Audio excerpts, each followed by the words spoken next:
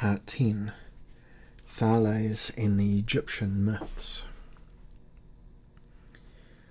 Being partly of Phoenician background, Thales lived in Miletus from 624 to 545 BC. Until his middle age, Miletus was a part of the Lydian Empire, ruled from the court at Sardes, and Thales himself was a member of this Oriental power structure, living with the ruler of Miletus at his court and visiting Egypt, presumably under the royal wardship.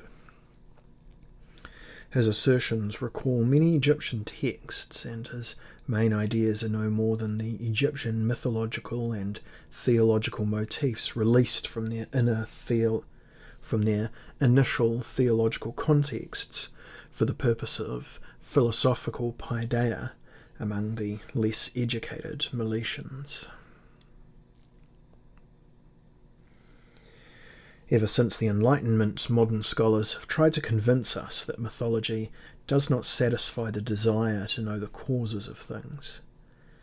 They suppose that the only positive function of myths and traditional tales is to make us feel at home in the world, as if sacred myths were devoid of any metaphysical content and serve simply as a pleasant intoxicant.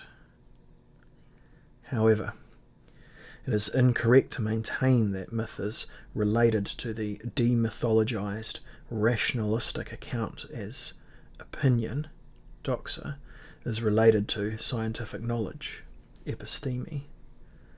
To regard wonder, from which philosophy begins, as ignorance, and as the confusion which arises when the mythical worldview is radically questioned, is to fail completely in the understanding of myth and its symbolic and transformative power.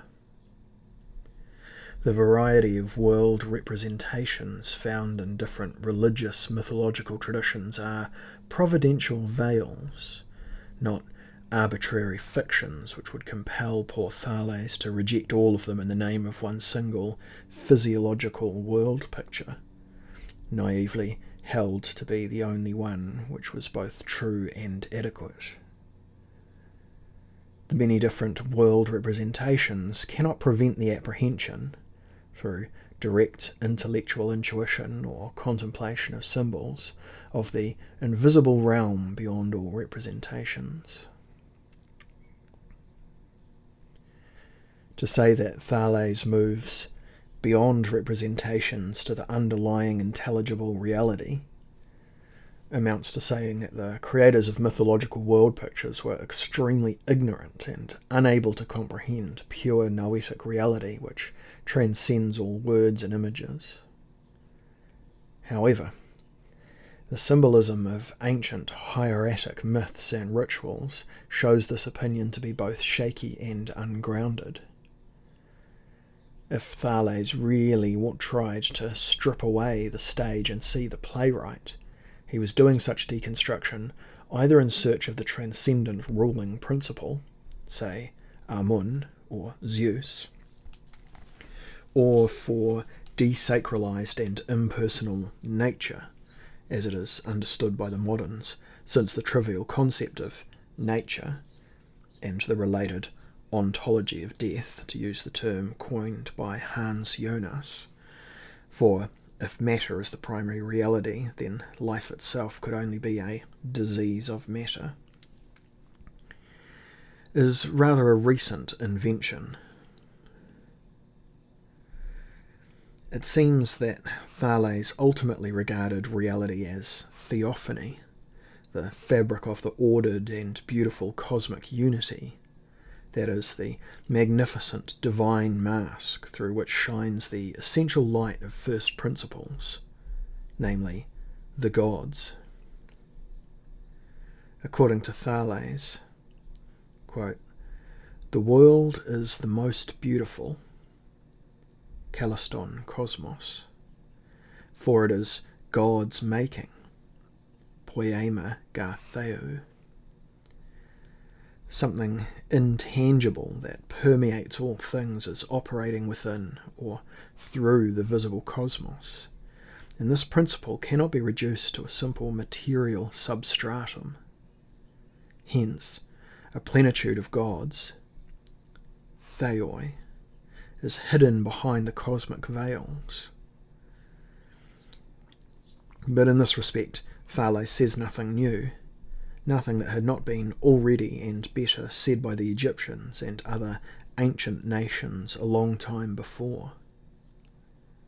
The world is a living being, a divine body like a statue, in need of the animating principle, the soul and the spirit which appear as the descending and ascending life-giving forces. According to Aristotle, and some say that soul is intermingled in the universe, for which reason perhaps Thales also thought that all things are full of gods. This doctrine is the same as the Egyptian one. The gods, Neteru, who bring life, Ankh, and animate all bodies, are manifestations, Kaperu, of the supreme transcendent principle, and constitute the different levels of reality. For Greeks, the gods, theoi, are ever-living and everlasting principles. Though supporting evidence is insufficient, W.K.C. Guthrie boldly asserts that Thales, quote, rejected the anthropomorphic deities of popular religion, end quote, while retaining its language to the extent of saying that the whole world is filled with gods. It is a commonly held modern mistake to assume that the ancient Hellenes really worshipped the quote-unquote anthropomorphic gods conceived in the image of human beings. As J.P. Vernant clearly demonstrated, rather the opposite is true. Quote, in all its active aspects, in all the compounds of its physical and psychological dynamism, the human body reflects the divine models as the inexhaustible source of a vital energy when, for an instance, the brilliance of divinity happens to fall on a mortal creature, illuminating him, as in a fleeting glow, with a little of that splendour that always clothes the body of God. End quote. To think that Hesiodic genealogies or Homeric accounts were accepted at face value by the Hellenes, even by the initiates and the educated minority, would be to indulge oneself in rationalistic naivety, instead of trying to explore the metaphysical exegesis and symbolism of the sacred. Despite the supposed shift of traditional thought inaugurated by Thales, it is evident that the gods retained their force. Perhaps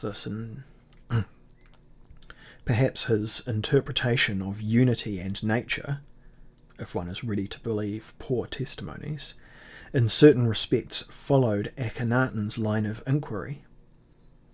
But it is difficult to accept, as W.K.C. Guthrie argues that, quote, at the conscious level, he, Thales, had made a deliberate break with mythology and was seeking a rational account, end quote.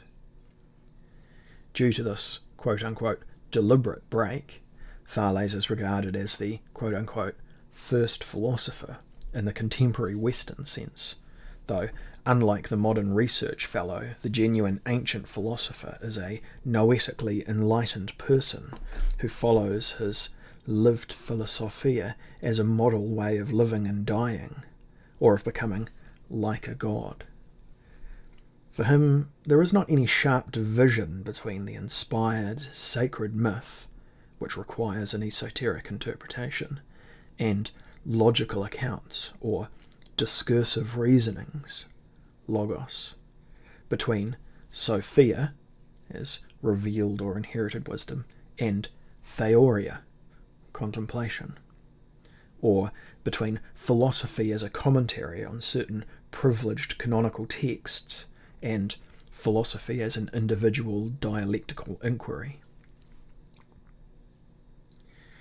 However, most contemporary Western scholars, shaped by the reality-distorting and tendentious modern paideia, insist that Thales wished to speak according to reason, logos, and his choice of reason over imagination marks the turning point in the history of thought. Such a point of view itself constitutes a mythology of sorts.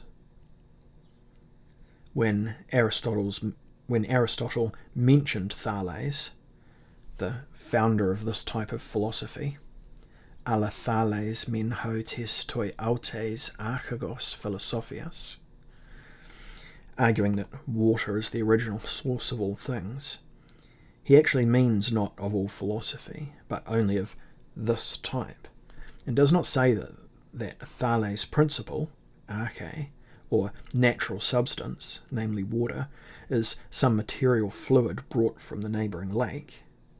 The water may well be understood as the ineffable primordial water, symbol of the One, which transcends even the noetic realm of intellect. G.S. Kirk and J.E. Raven have already raised a doubt regarding the Aristotelian interpretation. Quote, "Are we justified in inferring from the peripatetic identification of Thales' water as material principle that he believed the visible, developed world to be water in some way? This is the normal interpretation of Thales, but it is important to realize that it rests ultimately on the Aristotelian formulation, and that Aristotle, knowing little about Thales, and that indirectly, would surely have found the mere information that the world originated from water sufficient justification for saying that water was Thales' material principle, or arche, with the implication that water is a persistent substrate." End quote. It is more likely that Thales had in mind the Egyptian Nun, trying to translate the ancient metaphysics into a slightly different but no less mythical language of the universal and divine phusis, which is not necessarily a material substrate. According to F. Schuon, quote, "When Thales saw in water the origin of all things, it is as certain as can be that universal substance, the Prakriti of the Hindus, is in question, and not the sensible element." End quote. But if Thales himself was partly neglected and misunderstood by subsequent generations, can one boldly assert, as the contemporary scholar does, the following statement? Quote, "With Thales we are encountering, possibly for the first time in Western thought, a theology divested of provincial beliefs and poetic fabrications.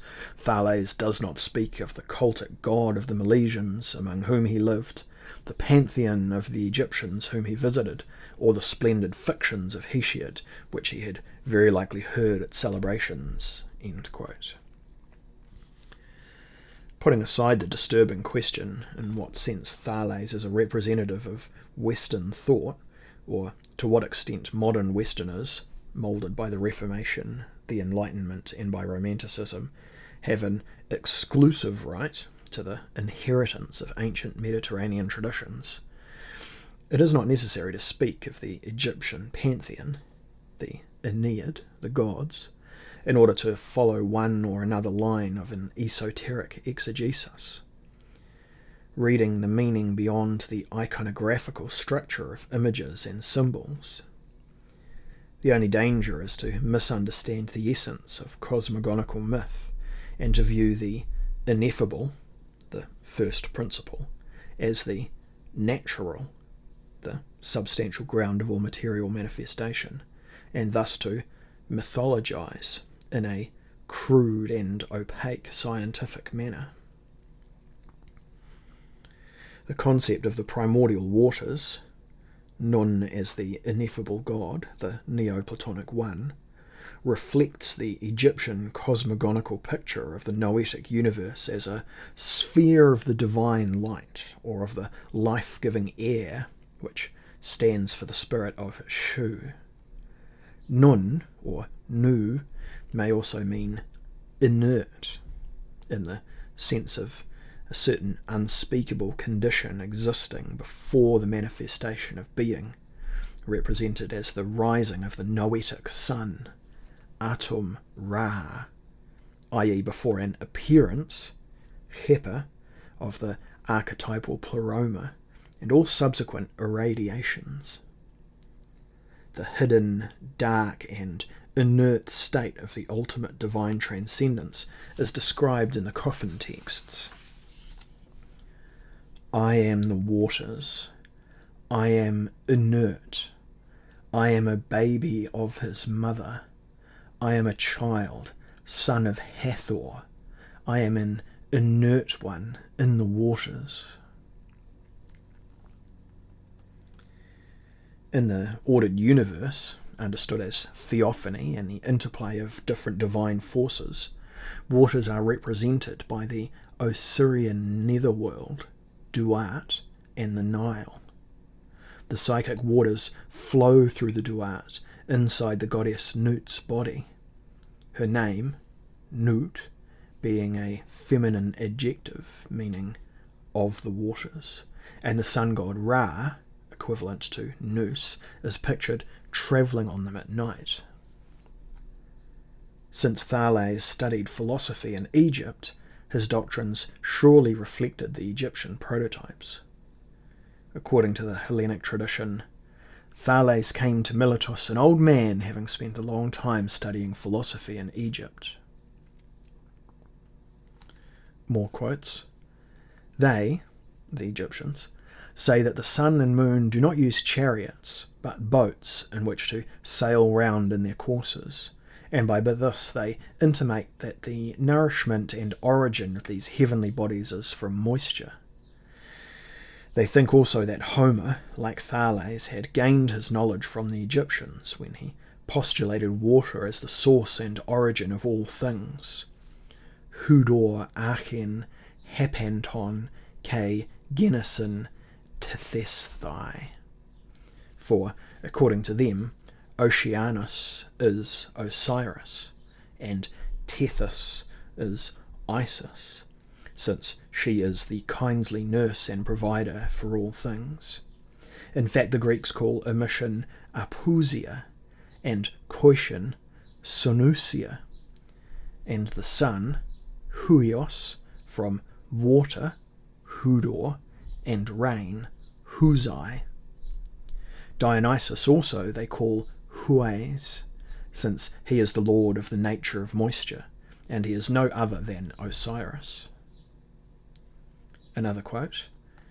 They call him up out of the water by the sound of trumpets, at the same time casting into the depths a lamb as an offering to the keeper of the gate. The trumpets they conceal in Bacchic wands, as Socrates has stated in his treatise On the Holy Ones. Furthermore, the tales regarding the Titans and the rites celebrated by night agree with the accounts of the dismemberment of Osiris and his revivification and regenesis. Tais anabiosisi kai palingenesis. Palingenesis. Palingenesis. Another quote. Not only the Nile, but every form of moisture they call simply the effusion of Osiris, and in their holy rites the water jar, in honour of the god, heads the procession.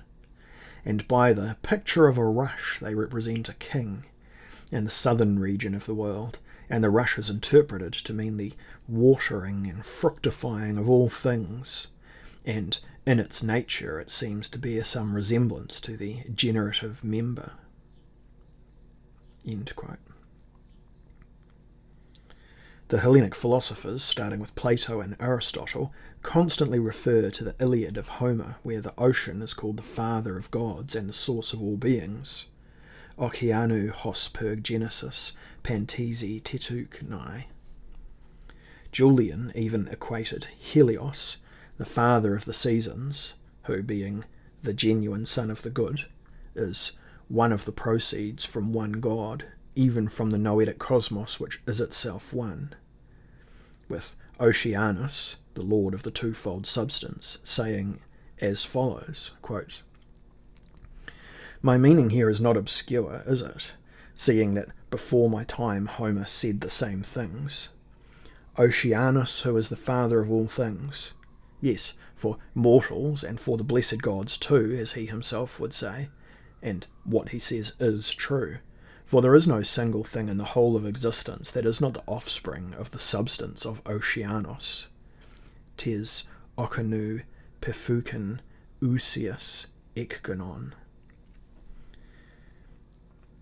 It seems, as Julian himself suggests, that such doctrines, or their proper interpretations, are kept in silence because ultimately they have been taught by the gods or mighty daemons to the priests of the mysteries.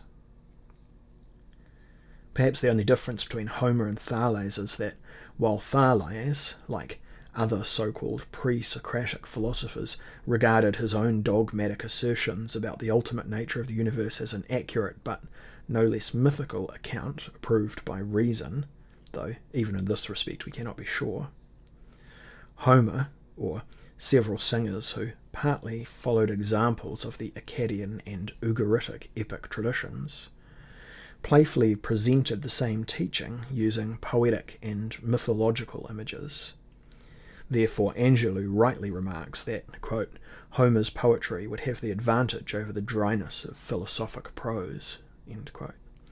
And the Egyptian myths used in the sacred rites would have the clear advantage over Homeric literature, which provoked such a turmoil in the minds of those purists and enlighteners who were unable either to understand the logic of the sacred myth or to delight in epic poetry, i.e. to enjoy its conventional and heroic aesthetics.